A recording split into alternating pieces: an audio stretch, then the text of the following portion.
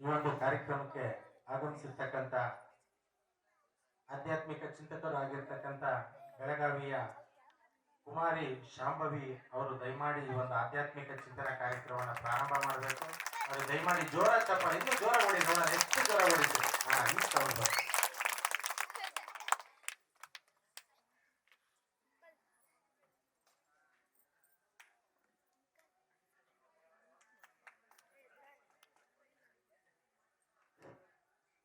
ಶ್ರೀ ಗುರುಭ್ಯೋ ನಮಃ.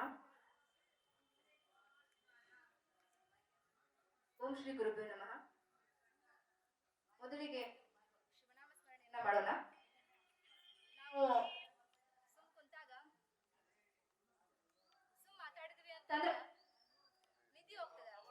ಆಮೇಲೆ ಚಪ್ಪಾಳಿ ಹೊಡೆದ್ವಿ ಅಂತಂದ್ರೆ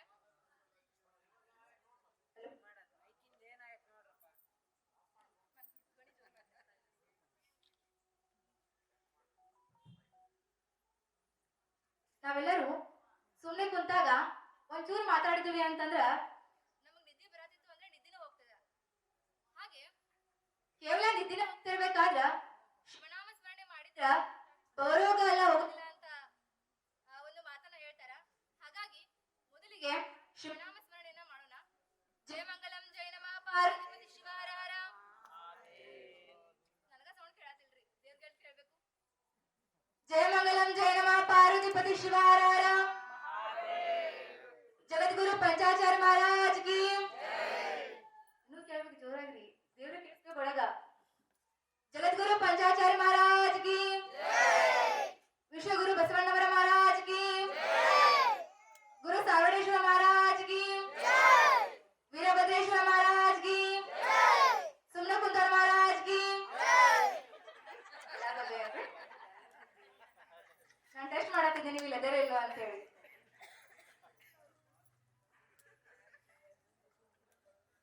ಕಾರ್ಯಕ್ರಮವನ್ನು ಶುರು ಮಾಡೋಣ. ಓಂ ಶ್ರೀ ಗುರುಭ್ಯೋ ನಮಃ. ಜಿಯಾ ಶ್ರೀ ರೇಣುಕಾಚಾರ್ಯ ಶಿವಾಚಾರ್ಯ ಶಿಖಾಮಣಿ ಯೋ ವೀರಶಿವ ಸಿದ್ಧಾಂತಂ ಸ್ಥಾಪಯಾಮಾಸ ಭೂತಲೆ. ಮೊದಲಿಗೆ ಪಂಚಾಚಾರ್ಯರನ್ನ ಮನದಲ್ಲಿ ಧ್ಯಾನಿಸುತ್ತಾ ವಿಶ್ವಗುರು ಅನ್ನ ಬಸವಣ್ಣವರನ್ನ ಮನದಾಳದಲ್ಲಿ ಧ್ಯಾನಿಸುತ್ತಾ ತಾಯಿ ಆದಿಶಕ್ತಿ ಶಾಂಭವಿ ದೇವಿ ಹಾಗೂ ಶಾಣಿಲಜ್ಜವರನ್ನ ಮನದಾಳದಲ್ಲಿ ಧ್ಯಾನಿಸುತ್ತಾ ಶ್ರೀ ಗುರು ಸಾರ್ವಡೇಶ್ವರರಿಗೆ ದೀರ್ಘದಂಡ ನಮನಗಳನ್ನು ಸಲ್ಲಿಸುತ್ತಾ ಶ್ರೀಮಠದ ಪೀಠಾಧಿಪತಿಗಳಾದಂಥ ಶ್ರೀ ಪರಮ ಪೂಜ್ಯ ವಿದ್ಯಾಭೂಷಣ ಸ್ವಾಮೀಜಿಗಳಿಗೆ ದೀರ್ಘದಂಡ ನಮಸ್ಕಾರಗಳನ್ನು ಸಲ್ಲಿಸುತ್ತಾ ಹಾಗೂ ಶ್ರೀಮಠದ ಹಿರಿಯ ಪೂಜ್ಯರಾದಂಥ ಶ್ರೀ ಪರಮ ಪೂಜ್ಯ ಮಹಾಂತೇಶ್ವರ ಅಪ್ಪಾಜಿ ಅವರಿಗೆ ದೀರ್ಘದಂಡ ನಮಸ್ಕಾರಗಳನ್ನು ಸಲ್ಲಿಸುತ್ತಾ ಅವರಿವರನ್ನದೇ ವೇದಿಕೆ ಮೇಲೆ ಹಾಜರಾಗಿರ್ತಕ್ಕಂಥ ಎಲ್ಲ ಗಣ್ಯಮಾನ್ಯರಿಗೂ ಹಾಗೂ ತಮಗೆಲ್ಲರಿಗೂ ಶರಣಾರ್ಥಿಗಳು. ಇವತ್ತಿನ ದಿವಸ ಬಹಳ ಸೊಗಸಾದ ಕಾರ್ಯಕ್ರಮ. ಬಹುಶಃ ನಾನು ಇದೇ ಮೊದಲನೇ ಬಾರಿಗೆ ಚಿತ್ರದುರ್ಗಕ್ಕೆ ಬಂದಿರೋದು. ಮೊದಲನೇ ಬಾರಿಗೆ ಶ್ರೀಮಠದ ಪರಮಪೂಜ್ಯರಾಗಿರ್ತಕ್ಕಂಥ ಶ್ರೀ ವಿದ್ಯಾಭೂಷಣ ಸ್ವಾಮೀಜಿಯವರನ್ನ ನೋಡಿದಾಗ ನನ್ನ ಮನದಲ್ಲಿ ಮೊದಲಿಗೆ ಬಂದಂತ ವಿಚಾರ ಏನು ಅಂದ್ರ ಅವ್ರನ್ನ ನೋಡಿದ್ರೆ ಸಾಕ್ಷಾತ್ ಉಳವಿಯ ಚನ್ನಬಸವಣ್ಣವ್ರನ್ನ ನೋಡ್ದಂಗ ಆಗಿತ್ತು ನನಗ. ಯಾಕಪ್ಪ ಈ ಮಾತನ್ನ ಹೇಳತ್ತೀನಿ ಅಂತಂದ್ರ ಉಳವಿಯಲ್ಲಿ ಕಲ್ಯಾಣ ಕ್ರಾಂತಿ ಆಗತ್ತ. ಕಲ್ಯಾಣ ಕ್ರಾಂತಿ ಆದ್ಮೇಲೆ ಬಸವಣ್ಣವರು ಕಲ್ಯಾಣವನ್ನ ಬಿಟ್ಟು ಕೂಡಲ ಸಂಗಮಕ್ಕೆ ಹೋಗ್ತಾರ. ಹಂಗೆಲ್ಲ ಹೋದ್ಮೇಲೆ ಅನುಭವ ಮಂಟಪದೊಳಗ ಸಾವಿರಾರು ಸಂಖ್ಯೆಯೊಳಗ ಶರಣರು ಶರಣಿಯರು ವಾಸ ಇರ್ತಾರ. ಎಷ್ಟೋ ಶರಣರು ತಮ್ಮ ಊರುಗಳನ್ನ ಬಿಟ್ಟು ಕೇವಲ ಬಸವಣ್ಣವರದಾರ ಅನುಭವ ಮಂಟಪ ಐತಿ ಅಂತೇಳಿ ಅವರು ಕಲ್ಯಾಣಕ್ಕೆ ಬಂದಿರ್ತಾರ. ಆ ಒಂದು ಸಮಯದೊಳಗ ಬಸವಣ್ಣವರ ಅನುಪಸ್ಥಿತಿಯೊಳಗ ಎಲ್ಲ ಶರಣರನ್ನ ಕಾಪಾಡಬೇಕು, ಅವರು ಬರೆದಿರುವಂತ ಎಲ್ಲ ವಚನಗಳ ಸಂರಕ್ಷಣೆ ಮಾಡ್ಬೇಕು.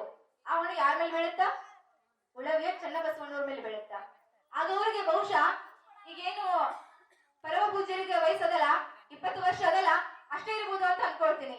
ಯಾಕಂದ್ರ ಚನ್ನಬಸವಣ್ಣವರು ಲಿಂಗೈಕ್ಯರಾದಾಗ ಅವರಿಗೆ ಕೇವಲ 24 ವರ್ಷ ಇತ್ತು. ಅವರು ಪಾದ ಸಂಚಾರ ಮಾಡ್ತಾ ಉಳವಿಯಲ್ಲಿ ಎಲ್ಲ ಶರಣರನ್ನ ರಕ್ಷಣೆ ಮಾಡಿ ಕೊನೆಗೆ ಕಲ್ಯಾಣ ಕ್ರಾಂತಿಗೆ ಎಲ್ಲ ವಚನಗಳನ್ನ ಜನರಿಗೆ ಮುಟ್ಟಿಸುವಲ್ಲಿ ಒಳ್ಳೆ ಕಾರ್ಯವನ್ನ ಮಾಡ್ತಾರ. ಪರಮೇಶ್ವರು ಅಲ್ಲಮ ಪ್ರಭುದೇವರು ಅಕ್ಕನಾಗಮ್ಮನವರಾಗಿರ್ಬೋದು, ಜೊತೆಗೆ ಅವರ ಧರ್ಮಪತ್ನಿ ಗಂಗಾಂಬಿಕೆ, ನೀಲಾಂಬಿಕೆ ಪ್ರತಿಯೊಬ್ಬರು ಕೂಡ ಅನುಭವ ಮಟ್ಟದೊಳಗಿರ್ತಾರ.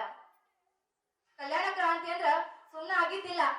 ಹೆಂಗಿತ್ತು ಅಂದ್ರ ಆಗೇನೆ ರಾಜ ಬಿಜ್ಜಳ ಇದ್ದಲ್ಲ, ಅವ ಶರಣರನ್ನ ಸಾಯಿಸಬೇಕು, ಅವರನ್ನ ಕೊಲೆ ಮಾಡಬೇಕು, ಅವರ ಹೆಸರು ಕೇಳಾಕ ಸಿಗಬಾರ್ದು, ಅವರ ದೇಹಗಳು ಸಿಗಬಾರ್ದು, ಆ ರೀತಿ ತುಂಡು ಮಾಡಬೇಕು ಅಂತೇಳಿ ಮಂಚಣ್ಣ ಅವರಿಗೆ ಉಪದೇಶವನ್ನ ಕೊಟ್ಟಿರ್ತಾನ.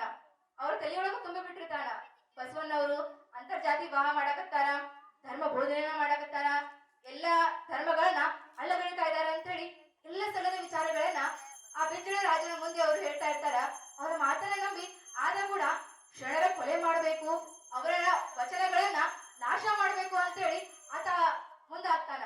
ಆಗ ಚನ್ನಬಸವಣ್ಣವರು ಅದರ ಒಂದು ಸಂರಕ್ಷಣೆ ಮಾಡಬೇಕು ಅಂತೇಳಿ ಆ ಜವಾಬ್ದಾರಿಯನ್ನ ಅತ್ಯಂತ ಚಿಕ್ಕ ವಯಸ್ಸು, ಬಹಳ ಏನಿಲ್ಲ, ಕೇವಲ 20 ಅಥವಾ 21 ವರ್ಷ, ಅಷ್ಟು ಚಿಕ್ಕ ವಯಸ್ಸಿನೊಳಗ ಅವರು ಎಲ್ಲ ಶರಣರ ಸಂರಕ್ಷಣೆ ಮಾಡ್ತಾರ. ಒಂದು ದಡಕ್ಕೆ ಹೋಗಿ ಅವ್ರನ್ನ ಮುಟ್ಟಿಸ್ತಾರ. ಹಾಗೆ 20 ವರ್ಷ ಅಂದ್ರ ಅದು ಬಹಳ ದೊಡ್ಡ ವಯಸ್ಸು ಅಥವಾ ಜವಾಬ್ದಾರಿ ಬರುವಂತ ವಯಸ್ಸಂತೂ ಅಲ್ಲ. ಯಾಕಂದ್ರ ಒಂದು ಡಿಗ್ರಿ ಮುಗಬೇಕು ಅಂತಂದ್ರೆ 21 ವರ್ಷ ಬೇಕಾಗ್ತದ. ಅಲ್ಲಿವರೆಗೂ ಮನೆ ಮಕ್ಕಳಿಗೆ ಜವಾಬ್ದಾರಿ ಅನ್ನೋದು ಏನು ಅಂತೇಳಿ ತಂದೆ ತಾಯಿಗಳು ಗೊತ್ತು ಮಾಡಿರೋದೇನಿಲ್ಲ. ಆ ಒಂದು ಸಂದರ್ಭದೊಳಗ ಆ ವಿಚಾರದಲ್ಲಿ ಪರಮ ಪೂಜ್ಯರು ಇಂಥ ಒಂದು ದೊಡ್ಡ ಮಠವನ್ನ ನಡೆಸಬೇಕು, ಇಂಥ ಕಾರ್ಯಕ್ರಮಗಳನ್ನ ಮಾಡಬೇಕು, ಭಕ್ತರಿಗೆ ಒಂದೊಳ್ಳೆ ಸಂದೇಶವನ್ನ ಕೊಡಬೇಕು ಅಂತಂದ್ರ ಅದು ಬಹಳ ಸರಳವಾದಂತ ಕೆಲಸ ಅಂತೂ ಅಲ್ವೇ ಅಲ್ಲ. ಯಾಕಂದ್ರೆ ಈಗ ದಿನಮಾನದೊಳಗ ಏನೋ ಒಂದ್ ಮಾಡೋ ಚಲೋ ಐತ್ರಿ, ಆದ್ರ ಸಾಂಗೋಳ ಆದ್ರ ಮಾತ್ರ ಜೀವನ ಬಹಳ ಕಷ್ಟ ಐತಿ. ಯಾಕಂದ್ರ ಭಕ್ತರು ರೊಕ್ಕ ಕೊಡಬೇಕು ಅಂತಂದ್ರ ಹಿಂದ ಮುಂದ ಮಾಡ್ತಾರ.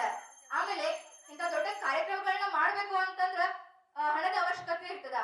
ಆಗ್ಲೇ ಅಧ್ಯಕ್ಷರು ಮಾತಾಡುವಾಗ ಹೇಳಿದ್ರು, ಕಾರ್ಯಕ್ರಮ ಮಾಡ್ಬೇಕು ಅಂದ್ರ ಭಕ್ತರ ಕೊರತೆ ಜೊತೆಗೆ ಹಣದ ಕೊರತೆ ಕೂಡ ಬಹಳ ಆಗ್ತದ. ನಾವೆಲ್ಲ ನೋಡಿರ್ತೀವಿ, ದಿನ ಜಂಜಾಟದೊಳಗ ಒಮ್ಮೆ ಜಾತ್ರೆ ಬಂತು, ಈ ತರ ಕಾರ್ಯಕ್ರಮಗಳು ಬಂದ್ವು ಅಂತಂದ್ರ ರೊಕ್ಕ ಕೊಡ್ಲಿಕ್ಕೆ ನಮಗೂ ಕೂಡ ಆಗೋದಿಲ್ಲ. ಅಷ್ಟು ದೊಡ್ಡ ಮೊತ್ತ ಕೊಡ್ಬೇಕು ಅಂತಂದ್ರ ಬಹುಶಃ ನಮ್ಮಿಂದ ಕೂಡ ಕಷ್ಟ ಸಾಧ್ಯ ಆಗಿರ್ತದ. ಅಂತ ಒಂದ್ ಸಂದರ್ಭದೊಳಗ ಗುರು ಸಾರ್ವಡೇಶ್ವರ ಹೆಸರಿನೊಳಗ ನಿಮ್ಮ ಮನೆಯೊಳಗ ಮಕ್ಕಳ ಹೆಸರು ಮೇಲೆ ಒಂದು ದೇಣಿಗೆ ಪಟ್ಟಿಯನ್ನ ಇಡ್ರಿ. ಆ ಒಂದು ಡಬ್ಬದೊಳಗ ದಿನಕ್ಕ ಬಹಳ ಬೇಡ, ಕೇವಲ 5 ರೂಪಾಯಿಯನ್ನ ಹಾಕ್ರಿ. ದಿನಕ್ಕೆ 5 ರೂಪಾಯಿ ಹಾಕಿದ್ರಿ ಅಂತಂದ್ರ ವಾರಕ್ಕೆ ಎಷ್ಟಾಯ್ತು? 35 ರೂಪಾಯಿ ಆಯ್ತು. ವರ್ಷಕ್ಕೆ ಹತ್ತತ್ರ 2000 ರೂಪಾಯಿ ಆಗ್ತದ. ಅದೇ ಒಂದು ಗಲ್ಲೆ ಪೆಟ್ಟಿಗೆ ಇರ್ತದಲ್ಲ, ತಂದು ಮಠಕ್ಕೆ ಕೊಡ್ರಿ, ಜಾತ್ರೆ ಇನ್ನೂ ಚಲೋ ಆಗ್ತದ, ನಿಮ್ಮ ಮಕ್ಕಳ ಭವಿಷ್ಯ ಕೂಡ ಉಜ್ವಲ ಆಗ್ತದ. ಇಂಥ ಒಂದು ಕೆಲಸವನ್ನ ಮಾಡೋದ್ರಿಂದ ಮಠಕ್ಕೂ ಸಹಾಯಧನ ಆದಂಗ ಆಗ್ತದ, ಜೊತೆಗೆ ನಿಮ್ಮ ಮಕ್ಕಳ ಹೆಸರೊಳಗ ಒಂದ್ ಒಳ್ಳೆ ಕೆಲಸ ಮಾಡಂಗ ಆಗ್ತದ. ಯಾಕಂದ್ರ ನಮ್ಮ ಹಿರಿಯರಾಗಿರ್ಬೋದು, ಶಿವಶರಣರಾಗಿರ್ಬೋದು ಹೇಳ್ತಾನ ಬಂದಿದಾರ, ನಾವ್ ಎಷ್ಟು ದುಡಿತೀವಿ ಅದ್ರೊಳಗ ಬಹಳ ಬೇಡ, ಒಂದು 5% ಆದ್ರೂ ದಾನ ಧರ್ಮ ಮಾಡ್ಬೇಕು ಅಂತ ಹೇಳ್ತಾರ. ಇವತ್ತಿನ ಒಂದು ದಿನಮಾನದೊಳಗ ದಾನ ಧರ್ಮ ಮಾಡ್ಲಿಕ್ಕೆ ಸಾಧ್ಯ ಆಗ್ತಾನೆ ಇಲ್ಲ.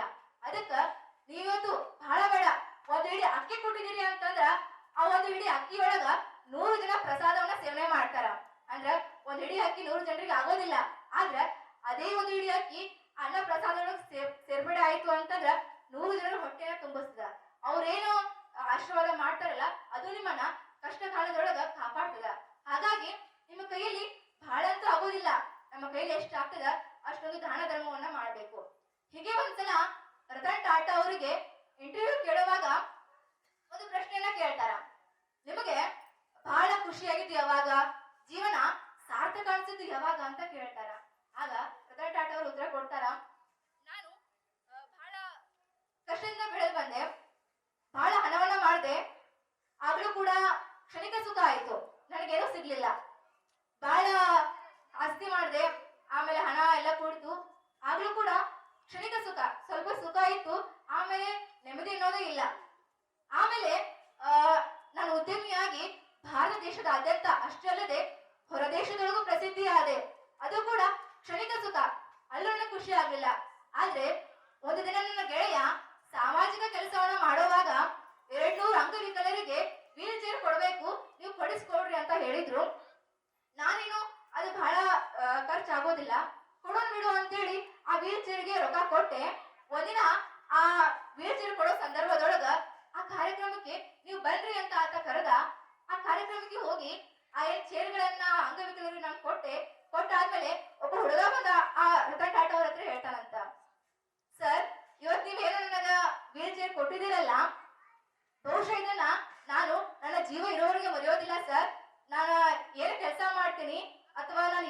ಕೆಲಸ ಮಾಡ್ತೀನಿ, ದೇವ್ರ ಹತ್ರ ಹೋಗ್ತೀನಿ, ಮೊದಲು ನಿಮ್ಗೆ ಒಳ್ಳೇದಾಗ್ಲಿ ಅಂತ ಕೇಳ್ಕೊಳ್ತೀನಿ ಸರ್ ಅಂತ ಆ ಹುಡುಗ ಬಂದು ಹೇಳ್ತಾನಂತ.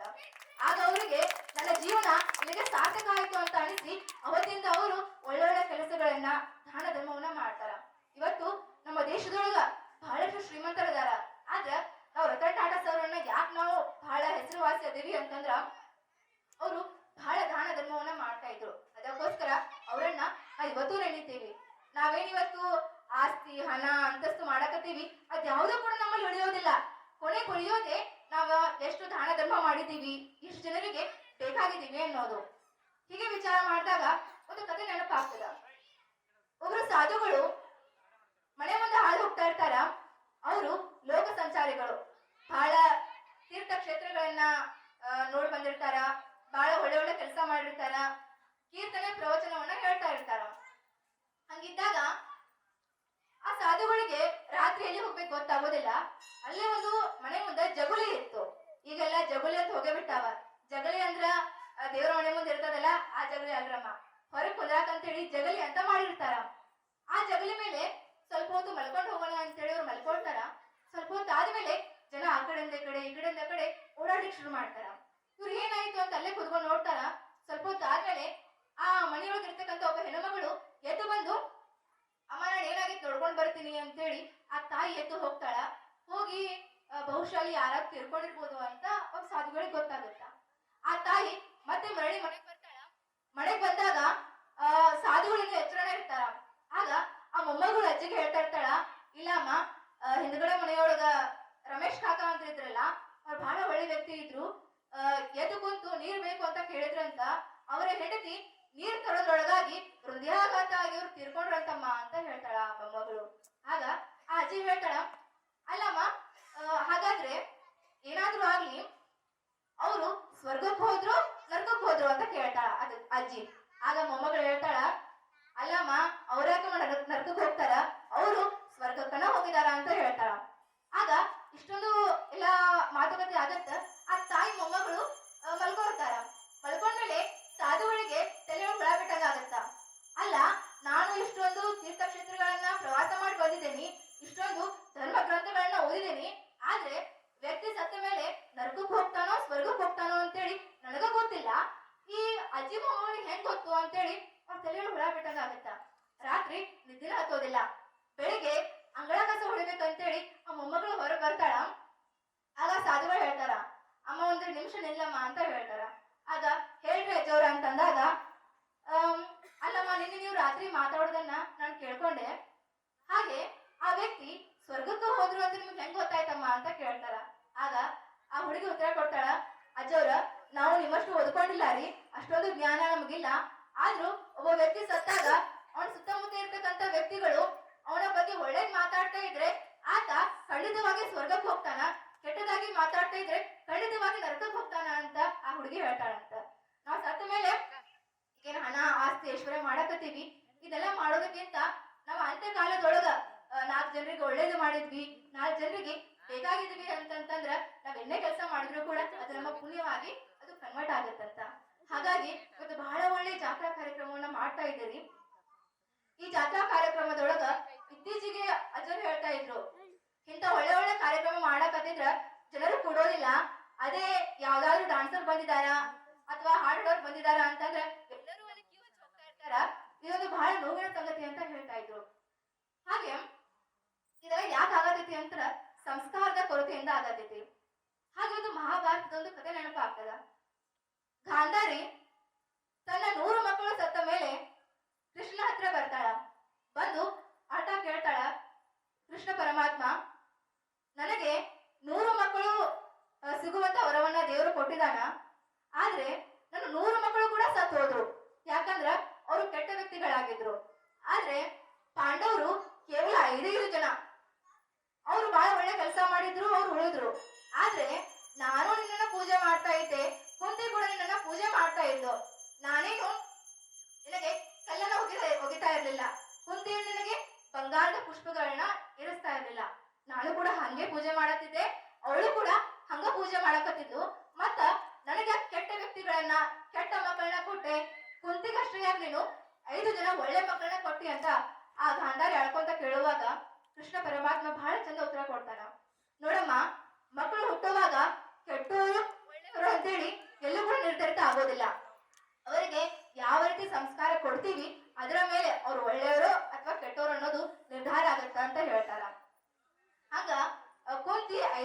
ಮಕ್ಕಳಿದ್ರು ಅವರಿಗೆ ಒಳ್ಳೆ ಸಂಸ್ಕಾರವನ್ನ ಕೊಡ್ಲು, ಹಂಚಿ ತಿನ್ನೋದನ್ನ ಕಲಿಸಿಕೊಟ್ಲು, ಒಳ್ಳೆ ಗುಣಧರ್ಮಗಳನ್ನ ಹೇಳಿಕೊಟ್ಲು. ಹಾಗಾಗಿ ಅವ್ರ ಇವತ್ತು ವಿಜಯಶಾಲಿಗಳಾದ್ರು, ಅವ್ರ ಕಡೆ ಧರ್ಮ ಆದ. ಆದ್ರ ನೀನು ನೀತಿ ಪಾಠವನ್ನ, ಒಳ್ಳೇದನ್ನ, ಒಳ್ಳೆ ಸಂಸ್ಕಾರವನ್ನ ಹೇಳಿಕೊಡುವಾಗ ಕಣ್ಣು ಮುಚ್ಚಾಡ್ ಕುಂತಿ ಈಗ ಬಂದ ಹತ್ರ ಏನು ಪ್ರಯೋಜನ ಅಂತ ಕೇಳ್ತಾನಂತ ಕೃಷ್ಣ ಪರಮಾತ್ಮ. ಹಾಗಾಗಿ ಇವತ್ತು ತಾಯಂದ್ರೆಲ್ಲ ಕೂಡ ಮಕ್ಕಳು ಇವತ್ತು ಒಳ್ಳೆಯವರಾಗ್ಲಿ ಕೆಟ್ಟವರಾಗ್ಲಿ ಅದಿರೋದು ಎಲ್ಲಾ ತಾಯಂದ್ರ ಕೈಯೊಳಗ. ಮನೆಯೇ ಮೊದಲ ಪಾಠಶಾಲೆ, ಜನನಿ ತಾನೇ ಮೊದಲ ಗುರು ಅಂತ ಹೇಳ್ತಾರ. ಹಾಗಾಗಿ ಮಕ್ಕಳು ತಂದೆ ಮಾತನ್ನ ಕೇಳ್ತಾರೇನೋ ಗೊತ್ತಿಲ್ಲ, ಆದ್ರ ಎಲ್ಲಾ ತಾಯಂದ್ರ ಮಾತನ್ನ ಎಲ್ಲಾ ತಾಯಂದ್ರು ಕೂಡ ಕೊಳ್ಳ ಬಂಗಾರ ಹಾಕೋದಿರಲ್ರಿ. ಎಲ್ಲಾ ತಾಯಂದ್ರು ಹೇಳುವಂತ ಒಂದೇ ಮಾತು, ಏನ್ ಮಾಡೋದ್ರಿ, ಮಕ್ಕಳು ನಮ್ಮ ಮಾತನ್ನ ಕೇಳಾಕತ್ತಿಲ್ಲ, ಮತ್ ಎಷ್ಟು ಮಾಡಿದ್ರು ವಾದ ಮಾಡ್ತಾರ ಅಂತ ಹೇಳ್ತಾರ. ಕೊಳ್ಳ ಬಂಗಾರ ಹಾಕೋತಿರ್ ನೀವು, ಬಂಗಾರ ಹಾಕೊಂಡಾಗ ನೀವು ಸ್ವಲ್ಪ ಕಡಿಮೆ ಇರಮ್ಮ, ಅಷ್ಟೊಂದು ಒಡವೆ ಆಡಂಬರ ಮಾಡೋದಿಲ್ಲ. ಆದ್ರ ನಮ್ ಕಡೆ ಜಾತ್ರೆದು ಅದು ಅಂತಂದ್ರ ಕೊಳ್ಳತಕ್ಕ ಬಂಗಾರ ಹಾಕೊಂಡ್ ಬರ್ತಾರ. ಯಾಕಂದ್ರ ಮನೆ ಬಾಜು ಗಿಡಕ್ ಬಂದಿರ್ತಾಳ, ಅಲ್ಲಿ ಪ್ರವಚನ ಕೇಳೋಕ್ಕಿಂತ ಅವ್ರ ಮೈ ಮೇಲೆ ಬಂಗಾರ ಜಾಸ್ತಿ ಆಗಿರ್ತೈತಿ. ಅದನ್ನ ಮಾತಾಡೋದೇ ಕುಂದಿರ್ತಾರ, ಎಷ್ಟು ತೊಲಿ ಮಾಡ್ಸಿದಿ, ಹೆಂಗ್ ತಗೊಂಡಿ, ಏನ್ ಮಾಡ್ದಿ ಅಂತ ಹೇಳಿ. ಹಂಗ ಬಂಗಾರ ಮಾಡಿಸಿದಾಗ ಅದೇನಾದ್ರೂ ಮುರಿತು ಅಂತಂದ್ರೆ ನಾವ್ ಏನ್ ಮಾಡ್ತೀವಿ, ಬಂಗಾರ ಅಂಗಡಿ ಹೋಗ್ತೀವಿ. ಅದು ನಮಗ್ ಮಾಡಕ್ ಸಾಧ್ಯ ಐತೇನು? ಅಥವಾ ಕಟಿಂಗ್ ಶಾಪಿಗೆ ಹೋಗ್ಯಾಸ ಬಂಗಾರ ಮುರಿದೈತ್ರಿ ಸರಿ ಮಾಡಿ ಕೊಡ್ರಿ ಅಂತಂದ್ರ ಆಗ್ತೈತೇನು? ಅಥವಾ ಹುಡುಗೋನ ಕೊಡ್ಲಿ ಮಾಡೋ ಕಡೆ ಹೋಗಿ ಬಂಗಾರ ಸ್ವಲ್ಪ ಮುರಿದೈತ್ರಿ ಸರಿ ಮಾಡಿ ಕೊಡ್ರಿ ಅಂತಂದ್ರ ಅದ್ ಹಾಕದ ಇಲ್ಲ. ನಾವು ಬಂಗಾರ ಅಂಗಡಿಗೆ ಹೋಗ್ಬೇಕು, ಆ ಅಕ್ಕ ಸಾಲಿನ ಕಡೆ ಕೊಟ್ಟು ಬಂಗಾರವನ್ನ ಸರಿ ಮಾಡ್ಬೇಕು. ಒಂದ್ ವೇಳೆ ಆ ಬಂಗಾರ ಸರಿ ಮಾಡ್ಲಿಕ್ಕೆ ಆಗ್ಲಿಲ್ಲ ಅಂತಂದ್ರ ಆ ಬಂಗಾರವನ್ನ ಕರಗಿಸಿ ಹೊಸ ಬಂಗಾರವನ್ನ, ಹೊಸ ಆಭರಣವನ್ನ ಮಾಡಿ ಕೊಡ್ತಾರ. ಹಂಗ ನಿಮ್ಮ ಮಕ್ಕಳು ತಪ್ಪ ದಾರಿಯೊಳಗ ಅದಾರ ಅಂತಂದ್ರ ಅವರಿಗೆ ಹೊಡೆದು ಬಡ್ದು ಬುದ್ಧಿ ಹೇಳುವಂತ ಎಲ್ಲಾ ಅಧಿಕಾರ ತಾಯಂದ್ರಿಗಿರುತ್ತ.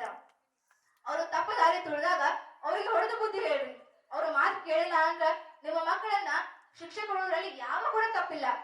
ಹೊರತು ಅವರು ಮುಂದೆ ದೊಡ್ಡವರು ಆದ್ಮೇಲೆ ಅವರು ದುರ್ಯೋಧನ ದುಶಾಸನ ಆಗೋದಕ್ಕಿಂತ ಚಿಕ್ಕ ಮಕ್ಕಳಿದ್ದಾಗ ಹೊಡೆದವ್ರನ್ನ ಪಾಂಡವರು ಮಾಡೋದು ಲೇಸು ಅಂತ ನನ್ನೊಂದು ಅನಿಸಿಕೆ. ಹಾಗಾಗಿ ಎಲ್ಲಾ ತಾಯಂದ್ರು ಕೂಡ ಒಳ್ಳೆ ಸಂಸ್ಕಾರವನ್ನ ಕೊಟ್ರೆ ಇವತ್ ನಾವೇನ ಇಂಥ ಘಟನೆಗಳಿಗೆ ಸಾಕ್ಷಿ ಆಗತ್ತೀವಿ, ಆತರ ಯಾವುದು ಕೂಡ ಆಗೋದಿಲ್ಲ. ಆಮೇಲೆ ಇವತ್ತೇನ್ ನಾವು ಘಟನೆಗಳನ್ನ ನೋಡಾಕತ್ತೀವಿ, ಅದಕ್ಕೂ ಕೂಡ ಸಂಸ್ಕಾರದ ಕೊರತೆ ಬಹಳ ಕಡಿಮೆ ಅಂತ ಹೇಳ್ತಾರ. ನಮ್ಮ ಕಡೆ ಒಂದು ಘಟನೆ ಆಗತ್ತ, ನಿಜವಾದ ಘಟನೆ. ತಂದೆ ತಾಯಿ ಒಬ್ಬಾಕೆ ಮಗಳು, ಒಬ್ಬ ಮಗ ಗಂಡ ಮಗ ಅದಾನ ಅಂತೇಳಿ ಆತನಿಗೆ ಬೈಯೋದೆ ಹೊಡೆದೆ ಏನೋ ಮಾಡಿದ್ರು ಸರಿ ಅಂತ ಸುಮ್ಮಾಗ್ತಾರ. ಒಂದು ವಯಸ್ಸು ಬಂದ್ಮೇಲೆ ಮಗಳಿಗೆ ಮದುವೆ ಮಾಡಿ ಕೊಡ್ತಾರ. ಮಗನಿಗೆ ಕೂಡ ಸ್ವಲ್ಪ ವಯಸ್ಸಾದ್ಮೇಲೆ ಅವನಿಗೂ ಮದುವೆ ಮಾಡ್ಬೇಕು ಅಂತ ತೀರ್ಮಾನ ಮಾಡ್ತಾರ. ಆದ್ರ ಆತ ಏನ್ ಮಾಡ್ತಾನ, ತನ್ನ ಗೆಳೆಯರ ಜೊತೆ ಸೇರಿ ಕುಡಿಯೋದನ್ನ ಕಲಿತಾನ. ಕಲಿತ ಮೇಲೆ ಅವ ಎಷ್ಟು ಕೆಟ್ಟ ವ್ಯಕ್ತಿ ಆಗ್ತಾನ ಅಂತಂದ್ರ ಕೊನೆಗೆ ಒಂದು ದಿನ ತನ್ನ ತಂದೆ ತಾಯಿಯನ್ನೇ ಮನೆಯಿಂದ ಹೊರಗೆ ಹಾಕ್ತಾನ. ಎಷ್ಟೋ ದಿನ ಅವರು ನಮ್ಮ ಮಠದೊಳಗ ಬಂದು ಉಳ್ಕೊಂಡಾರ. ಅಂತ ಒಂದು ಕಡೆ ನಡೆದದ. ಆತ ತಂದೆ ತಾಯಿನ ಮನೆಯಿಂದ ಹೊರಗಡೆ ಹಾಕಿ ಅವ್ರ ಮನೆಯೊಳಗ ಒಂದು ಚಲೋ ಎಮ್ಮಿತ್ತು. ಅದು ಬೆಳಗ್ಗೆ 2 ಲೀಟರ್, ಸಂಜಿಕ 2 ಲೀಟರ್ ಹಾಲು ಇಡ್ತಾ ಇತ್ತು. ಆ ಎಮ್ಮಿಯನ್ನ ಕೇವಲ 12,000 ರೂಪಾಯಿ ಮಾರಿ ಆ ಎಲ್ಲಾ ದುಡ್ಡನ್ನ ಶರೆ ಕುಡಿಯೋದಕ್ಕೋಸ್ಕರ ಆತ ಬಳಸ್ಕೊಂಡ. ಇಡೀ ಮನೆಯನ್ನ ನಿರ್ನಾಮ ಮಾಡಿ ಹೋಗದ. ಹಾಗಾಗಿ ಮಕ್ಕಳು ಸಣ್ಣವರಿದ್ದಾಗ ನೀವು ಒಳ್ಳೆ ಸಂಸ್ಕಾರವನ್ನ ಕೊಟ್ಟು ಅವರಿಗೆ ಬುದ್ಧಿಯನ್ನ ಹೇಳಿಲ್ಲ ಅಂತಂದ್ರ ಇಂಥ ಒಂದು ಘಟನೆಗಳಿಗೆ ಸಾಕ್ಷಿಯಾಗುವಂತ ಪರಿಸ್ಥಿತಿ ಬರೋದು ನಾವೆಲ್ಲರೂ ಕೂಡ ಸಾಕ್ಷಿಯಾಗಿ ಆಗ್ತೀವಿ. ಈಗ ನೀವೇನಿಲ್ಲಿ ಕುತ್ಕೊಂಡಿರಿ, ಎಲ್ಲಾ ಪ್ರವಚನವನ್ನ ಆಲಿಸ್ತಾ ಇದ್ದೀರಿ, ನಮ್ಮ ಸಂಸ್ಕೃತಿಯನ್ನ ಪಾಲನೆ ಮಾಡಕತ್ತಿರಲ್ಲ, ಇದೆಲ್ಲ ಯಾರಿಂದ ಬಂತು? ನಿಮ್ಮ ತಂದೆ ತಾಯಿಗಳು ನಿಮಗೆ ಕಲಿಸಿದ್ದು. ಹಾಗೆ ಮನೆಯೊಳಗ ವಯಸ್ಸಾದಂತ ಅಜ್ಜಾಜಿ ಇರ್ತಾರ. ನೀವೆಲ್ಲರೂ ಕೂಡ ಸೊಸೆಯಾಗಿ ಹೊಂದಾಗಿ ತನ್ನ ಅತ್ತೆ ಮಾವೇಂದ್ರ ಸೇವೆಯನ್ನ ಮಾಡ್ತಾಳ. ಮಗ ಆದಂತವನು ತನ್ನ ತಂದೆ ತಾಯಿ ಸೇವೆಯನ್ನ ಮಾಡ್ತಾನ. ಅವ್ರು ಯಾಕೆ ಮಾಡ್ತಾರ? ಅವರ ಅಪ್ಪ ಅಮ್ಮ ಅವರ ಅಜ್ಜಿ ಅಜ್ಜನ ಸೇವೆಯನ್ನ ಮಾಡಿರ್ತಾರ, ಅದನ್ನ ಅವರು ನೋಡಿರ್ತಾರ. ಜೊತೆಗೆ ಸಣ್ಣ ಮಕ್ಕಳು ಇರುವಾಗ ಅಜ್ಜ ಅಜ್ಜಿಗೆ ಕಾಲು ಹೊತ್ಲಿಕ್ಕೋ ಅಥವಾ ಅವರಿಗೆ ತಲೆಗೆ ಎಣ್ಣೆ ಹಚ್ಲಿಕ್ಕೋ, ವಿಕ್ಸ್ ಹಚ್ಲಿಕ್ಕೋ, ಅವರ ಸೇವೆ ಮಾಡ್ಲಿಕ್ಕೆ ಸಣ್ಣವ್ರು ಇರುವಾಗನ ಕಳ್ಸಿರ್ತಾರ. ಆದ್ರೆ ಈಗ ಏನಾಗತ್ತೆ, ಕೈಯೊಳಗ ಒಂದು ಮೊಬೈಲ್ ಕೊಟ್ಟು ಒಂದು ರೂಮ್ ಸೇರ್ಕೊಂಡ್ ಬಿಡ್ತಾರ. ಮೊಬೈಲ್ ಕೊಡೋದು ತಪ್ಪಂತ ಹೇಳೋದಿಲ್ಲ, ಆದ್ರ ಒಂದು ಬಾಂಧವ್ಯ, ಒಂದು ಒಡನಾಟ ಕಡಿಮೆ ಆಗತ್ತದ. ನಮ್ಮವರು ನಾವು ಅನ್ನುವಂತ ಒಂದು ಬಾಂಧವ್ಯ ಕಡಿಮೆ ಆದಾಗ ಮುಂದೊಂದ್ ದಿನ, ಈಗಂತೂ ವೃದ್ಧಾಶ್ರಮ ಸಂಖ್ಯೆ ಬಹಳ ಆಗ್ಯಾವ, ಮುಂದೊಂದ್ ದಿನ ಅದು 1000 ಸಂಖ್ಯೆಗೆ ತಲುಪಿದ್ರು ಕೂಡ ಅದು ವಿಚಾರ ತಪ್ಪು ಅನ್ಸೋಂಗಿಲ್ಲ. ಇವತ್ತು ನೀವು ಸರಿಯಾದ ಸಂಸ್ಕಾರವನ್ನ ಕೊಡ್ಲಿಲ್ಲ ಅಂತಂದ್ರ ಮುಂದೊಂದ್ ದಿನ ನಾವೆಲ್ಲರೂ ಕೂಡ ವೃದ್ಧಾಶ್ರಮದಲ್ಲಿ ನೋಡುವಂತ ಪರಿಸ್ಥಿತಿ ಬಂದೇ ಬರ್ತದ. ಅದಕ್ಕೋಸ್ಕರ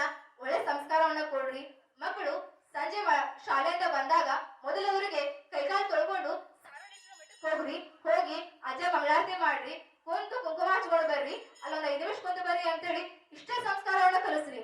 ಮುಂದೆ ಅವರು ಜೀವನದೊಳಗ ಬಹಳ ದೊಡ್ಡ ವ್ಯಕ್ತಿ ಆಗ್ತಾರ ಅಂತ ಹೇಳ್ಬೇಕಾಗ್ತದ. ಇಷ್ಟು ಸಣ್ಣ ಸಂಸ್ಕಾರ ಕೊಟ್ರೆ ಸಾಕು, ಮುಂದೆ ದೇಶದಲ್ಲಿ ಒಂದು ಒಳ್ಳೆ ಕೆಲಸವನ್ನ ಅವ್ರು ಮಾಡೋದ್ರಲ್ಲಿ ತಪ್ಪಿಲ್ಲ ಅಂತ ಹೇಳ್ಬೇಕಾಗ್ತದ. ಹಾಗೆ ಇವತ್ತಿಗೂ ನಮ್ಮೆಲ್ಲರೊಳಗ ಒಂದು ವಿಚಾರ ಬಹಳ ಅದ. ಬಸವಣ್ಣವರು, ರೇಣುಕಾಚಾರ್ಯರು ಇಬ್ರು ಕೂಡ ಬೇರೆ ಬೇರೆ, ವೀರಶೈವ ಬೇರೆ, ವೀರಶೈವ ಲಿಂಗಾಯತ ಬೇರೆ ಅನ್ನುವಂತ ಒಂದು ಮಾತದ. ಆದ್ರೆ ಬೇರೆದೆಲ್ಲ ಬಿಡೋಣ, ನಡುವೆ ತಮ್ಮ ಬೇಡ ಬೇಯಿಸ್ಕೋಬೇಕು ಅಂತೇಳಿ ತಮ್ಮ ಸ್ವಾರ್ಥತೆಯಿಂದ ನಡುವೆ ಬಂದವರು ಇಬ್ರು ಕೂಡ ಬೇರೆ ಬೇರೆ ಅಂತ ಹೇಳ್ತಾ ಇದಾರ. ಆದ್ರೆ ಬಸವಣ್ಣವರೇ ಆಗ್ಲಿ ಪಂಚಾಚಾರ್ಯರೇ ಆಗ್ಲಿ ಇಬ್ಬರು ಹೇಳುವಂತ ತತ್ವ ಒಂದೇ. ಪಂಚಾಚಾರ್ಯರು ಅಂದ್ರೆ ರೇಣುಕಾಚಾರ್ಯರು ಲಿಂಗದ ಒಂದು ಸ್ಥಾನ ಇತ್ತಲ್ಲ ಅದನ್ನ ಪರಿಚಯ ಮಾಡಿಕೊಟ್ರೆ ಬಸವಣ್ಣವರು ಅದನ್ನ ಬೆಳಕಿಗೆ ತಂದ್ರು. ಎಲ್ಲರಿಗೂ ಕೂಡ ಅದನ್ನ ಸಾಕ್ಷಾತ್ಕಾರ ಮಾಡಿಕೊಟ್ರು. ಇಬ್ಬರು ಕೂಡ ಹೇಳಿಕೊಟ್ಟಂತ ತತ್ವ ಒಂದೇ. ಹಾಗಾಗಿ ರೇಣುಕಾಚಾರ್ಯರೇ ಆಗ್ಲಿ ಬಸವಣ್ಣವರೇ ಆಗ್ಲಿ ಇಬ್ರು ಕೂಡ ಬೇರೆ ಬೇರೆ ಅಲ್ಲ. ಹಾಗೆ ವೀರಶೈವ ಲಿಂಗಾಯತ ಧರ್ಮ ಹಾಗೆ ಲಿಂಗಾಯತ ಧರ್ಮ ಎರಡು ಕೂಡ ಬೇರೆ ಬೇರೆ ಅಲ್ಲ. ಯಾರೋ ನಡುವೆ ಬಂದು ಏನೋ ಹೇಳಿದಾಗ ನಾವು ಬೇರೆ ಬೇರೆ ಅನ್ನುವಂತ ಒಂದು ಪಂಗಡವನ್ನ ಕಟ್ಕೊಂಡು ಏನೇನೋ ಮಾತಾಡಲಿಕ್ಕೆ ಶುರು ಮಾಡ್ತೀವಿ. ಅದ್ರ ಬದಲಾಗಿ ಅವರು ಒಂದು ಒಳ್ಳೆ ತತ್ವವನ್ನ ಹೇಳ್ಕೊಟ್ಟಿದಾರ, ಒಳ್ಳೆ ವಿಚಾರಧಾರೆಯನ್ನ ಅವರು ನಮ್ಗೆ ಹೇಳ್ಕೊಟ್ಟಿದಾರ. ಅದ್ರ ಒಂದು ಪಾಲನೆಯನ್ನ ಮಾಡ. ಹಾಗೆ ನಾವ್ ಯಾವುದೇ ಮದುವೆ ಕಾರ್ಯವನ್ನ ಮಾಡಿದ್ರ ಅಲ್ಲಿ ಪಂಚಕಳಶವನ್ನ ಹುಣ್ಣೆ ಮಾಡ್ತೀವಿ, ಹೌದಿಲ್ರಿ? ಪಂಚಕಳಶ ಮಾಡ್ತಾರ. ನಮ್ಮ ವೀರಶೈವ ಧರ್ಮದೊಳಗ ಪಂಚಕಳಶ ಯಾಕೆ ಹುಣ್ಣೆ ಮಾಡ್ತಾರ? ಪ್ರತಿಯೊಂದು ಮದುವೆ ಕಾರ್ಯ ಅಥವಾ ಯಾವುದೇ ಚಲೋ ಕಾರ್ಯ ಆಗಬೇಕು ಅಂದ್ರ ಪಂಚಾಚಾರ್ಯರ ಒಂದು ಅನುಪಸ್ಥಿತಿಯೊಳಗ ಎಲ್ಲಾ ಕಾರ್ಯಕ್ರಮಗಳು ಆಗ್ಬೇಕು ಅನ್ನುವಂತ ಒಂದು ನಿಯಮ ಅದ. ಅವ್ರನ್ನ ಕರೆಸ್ಬೇಕು ಅನ್ನುವಂತ ಒಂದು ಪದ್ಧತಿ ಅದ. ಹಾಗಾಗಿ ಎಲ್ಲಾ ಕಾರ್ಯಕ್ರಮಗಳಿಗೂ ಅವರು ಬರ್ಲಿಕ್ಕೆ ಆಗೋದಿಲ್ಲ ಅಂತೇಳಿ ಪಂಚ ಕಳಶಗಳನ್ನ ಹೂರ್ಣೆ ಮಾಡ್ತಾರ.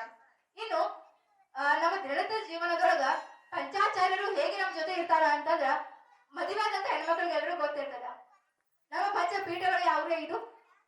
ರಂಭಾಪುರಿ, ಉಜ್ಜಯಿನಿ, ಕೇದಾರ, ಶ್ರೀಶೈಲ, ಕಾಶಿ 5 ಬಣ್ಣಗಳನ್ನ ಸೂಚನೆ ಮಾಡ್ತದ. ರಂಭಾಪುರಿ ಪೀಠ ಹಸಿರು ಬಣ್ಣವನ್ನ ಸೂಚನೆ ಮಾಡ್ತದ. ಹಸಿರು ಬಣ್ಣ ಅಂತಂದ್ರ ಮುತ್ತೈದೆ ಕೈಯೊಳಗಿರುವಂತ ಬಳೆಗಳ ಸಂಕೇತ. ಕೈಯೊಳಗ ನಾವೆಲ್ಲಾ ಕಲರ್ ಬಳೆ ಹಾಕೊಳ್ತೀವಿ, ಆದ್ರ ಮುತ್ತೈದೆ ಸಂಕೇತ ಏನಪ್ಪಾ ಅಂದ್ರ ಹಸಿರು ಬಳೆ. ಹಸಿರು ಬಳೆಯನ್ನ ರಂಭಾಪುರಿ ಪೀಠದ ಸಂಕೇತವಾಗಿ ನಾವು ನೋಡ್ತೀವಿ. ಇನ್ನು ಉಜ್ಜಯಿನಿ ಕೆಂಪು ಬಣ್ಣ ಅಂತ ನಾವು ಹೇಳ್ತೀವಿ. ಆ ಕೆಂಪು ಬಣ್ಣ ಅಂದ್ರೆ ಏನು? ನಾವು ಹಣೆ ಮೇಲೆ ಇಡುವಂತ ಕುಂಕುಮ ಒಂದು ಸಾಕ್ಷಿಯಾಗಿ ಉಜ್ಜಯಿನಿ ಪೀಠವನ್ನ ಕುಂಕುಮದ ರೂಪದಲ್ಲಿ ನಾವು ನೋಡ್ತೀವಿ. ಇನ್ನು ಕೇದಾರ ನೀಲಿ ಬಣ್ಣ. ಏನು ಕೊರಳ ತಾಳಿ ಹಾಕ್ತಾರಲ್ಲ ಮದುವೆ ಆದ್ಮೇಲೆ ಹೆಣ್ಮಕ್ಳಿಗೆ, ಆ ತಾಳಿ ಒಳಗ ಕಲ್ಲು ಮಿಶ್ರಿತ ನೀಲಿ ಬಣ್ಣದ ಒಂದು ಹವಳವನ್ನ ಹಾಕ್ತಾರ. ಕಲ್ಲು ಮಿಶ್ರಿತ ನೀಲಿ ಬಣ್ಣದ ಒಂದು ಹರಳನ್ನ ಹಾಕ್ತಾರ. ಹಾಗಾಗಿ ಕೇದಾರ ಪೀಠವನ್ನ ಒಂದು ಹರಳು ಸೂಚನೆ ಮಾಡಿರ್ತಾರೆ. ಇನ್ನು ಮುಂದೆ ಬರ್ತಕ್ಕಂಥದ್ದು ಶ್ರೀಶೈಲ ಪೀಠ. ಶ್ರೀಶೈಲ ಪೀಠ ಯಾವ ಬಣ್ಣವನ್ನ ಸೂಚನೆ ಮಾಡ್ತದ? ಬಿಳಿ ವರ್ಣ. ಬಿಳಿ ಬಣ್ಣ ಅಂತಂದ್ರೆ ಏನು? ನಾವೆಲ್ಲ ಕಾಲುಂಗ್ರ ಹಾಕ್ತಿವಲ್ಲ ಅದರ ಸಂಕೇತವನ್ನ ಕಾಲುಂಗ್ರವನ್ನ ಶ್ರೀಶೈಲ ಪೀಠದ ಆದಿಯಾಗಿ ಬಿಳಿ ವರ್ಣವನ್ನ ನಾವು ಸಂಕೇತವಾಗಿ ಕಾಣ್ತೀವಿ. ಇನ್ನು ಕೊನೆಯದಾಗಿ ಬರ್ತಕ್ಕಂಥದ್ದು ಕಾಶಿ ಪೀಠ. ಕಾಶಿ ಪೀಠದ ಬಣ್ಣ ಹಳದಿ. ಹಳದಿ ಅಂದ್ರೆ ಏನು? ಬಂಗಾರ. ನಾವು ಕೊಳ್ಳೊಳಗೆ ತಾಳಿನ ಹಾಕ್ತಿವಿ, ಮುಂದೆ ಪ್ಲೇಟ್ ಇರ್ತಾವಲ್ಲ ಆ ಬಂಗಾರದ ಬಣ್ಣವನ್ನ ನಾವು ಕೊನೆಯದಾಗಿ ಕಾಶಿ ಪೀಠದ ಸಂಕೇತವಾಗಿ ಕಾಣ್ತೀವಿ. ಹೀಗೆ ಪಂಚಾಚಾರ್ಯರನ್ನ ಮುತ್ತೈದೆ ಲಕ್ಷಣವಾಗಿ ಕಾಣುವಂತ ಸಂಸ್ಕೃತಿ ನಮ್ಮದು. ಇನ್ನು ಬೆಳಗ್ಗೆ ಲಿಂಗ ದೀಕ್ಷೆ ಆಯ್ತು ಇಷ್ಟಲಿಂಗ ಪೂಜೆ ಆಯ್ತು. ನಮ್ಮ ವೀರಶೈವ ಧರ್ಮದೊಳಗ ಪ್ರತಿಯೊಬ್ಬರು ಕೂಡ ಇಷ್ಟಲಿಂಗವನ್ನ ಧಾರಣೆ ಮಾಡಬೇಕು, ಪೂಜೆ ಮಾಡಬೇಕು ಅಂತ ಹೇಳ್ತಾರ. ಹಾಗೆ ವೀರಶೈವರು ಅಂತಂದ್ರೆ ಯಾರ್ರಿ? ನಮ್ಮ ಪೂರ್ವಜರು ವೀರಶೈವರಾಗಿದ್ರು.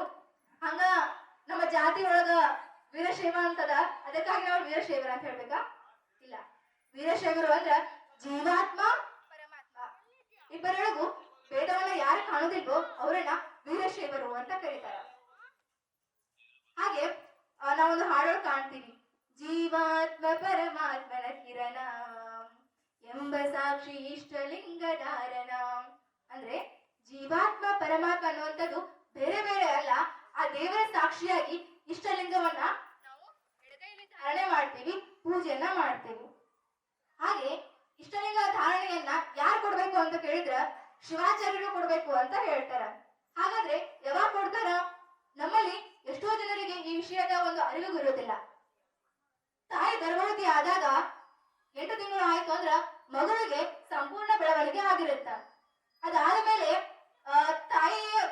ಮಗು ಇರುವಾಗ ಆ ತಾಯಿಗೆ ಇಷ್ಟಲಿಂಗ ಧಾರಣೆಯನ್ನ ಮಾಡ್ತಾರ.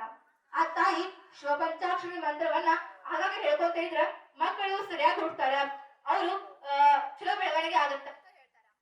ಇನ್ನು 8 ತಿಂಗಳ ಆದ್ಮೇಲೆ ಮಗು ಹುಟ್ಟಿದ ಕೆಲವು ದಿನಗಳ ನಂತರ ಕೊರಳೊಳಗ ಗುರುಗಳಿಂದ ಲಿಂಗ ಧಾರಣೆಯನ್ನ ಮಾಡಿಸ್ತಾರ.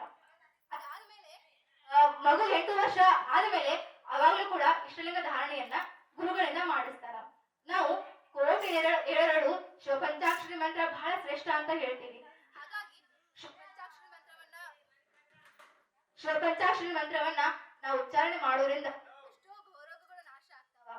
ಇವತ್ತಿಗೂ ನಮ್ಮ ವಿಜ್ಞಾನಗಳು ಪ್ರೂವ್ ಆಗದ ಓಂ ಅನ್ನುವಂತ ಒಂದು ಮಂತ್ರವನ್ನು ನಾವು ಉಚ್ಚಾರಣೆ ಮಾಡೋದ್ರಿಂದ ಎಷ್ಟೋ ರೋಗಗಳು ನಿವಾರಣೆ ಆಗ್ತಾವ. ಇನ್ನು ನಮ್ಮ ಹಿಂದೂ ಧರ್ಮದೊಳಗ ಗೋಮಾತೆಗೆ ಬಹಳ ಒಳ್ಳೆ ಸ್ಥಾನವನ್ನ ಕೊಟ್ಟಿದ್ದೇವೆ ನಾವು. ಯಾಕಂದ್ರ ಗೋಮಾತೆಯ ಮೂತ್ರ ಏನ್ ಇರ್ತದಲ್ಲ, ಗೋಮೂತ್ರ, ಅದನ್ನ ಸೇವನೆ ಮಾಡೋದ್ರಿಂದ ನಮ್ಗೇನು ಬೊಜ್ಜು ಇರ್ತದಲ್ಲ ಬಹಳ ದಪ್ಪ ಸಣ್ಣಗಾಗತ್ತಿಲ್ಲ ಅಂತ ನಾವ್ ಹೇಳ್ತೀವಿ. ಅವಾಗ ಯಾರು ದಪ್ಪ ಇರ್ತಾರಲ್ಲ ಅವರಿಗೆ ಸಂಸ್ಕರಣೆ ಮಾಡಿದಂತ ಗೋಮೂತ್ರವನ್ನ ಕಂಟಿನ್ಯೂಸ್ ಆಗಿ ಕೊಡ್ರಿ, ಅವರು ಸಣ್ಣಗಾಗಿ. ಇನ್ನು ಕ್ಯಾನ್ಸರ್ ಅಂತ ಮಹಾಮಾರಿ, ಅದಕ್ಕ ಔಷಧಿ ಇಲ್ವೇ ಇಲ್ಲ ಅಂತ ಹೇಳ್ತಾರ.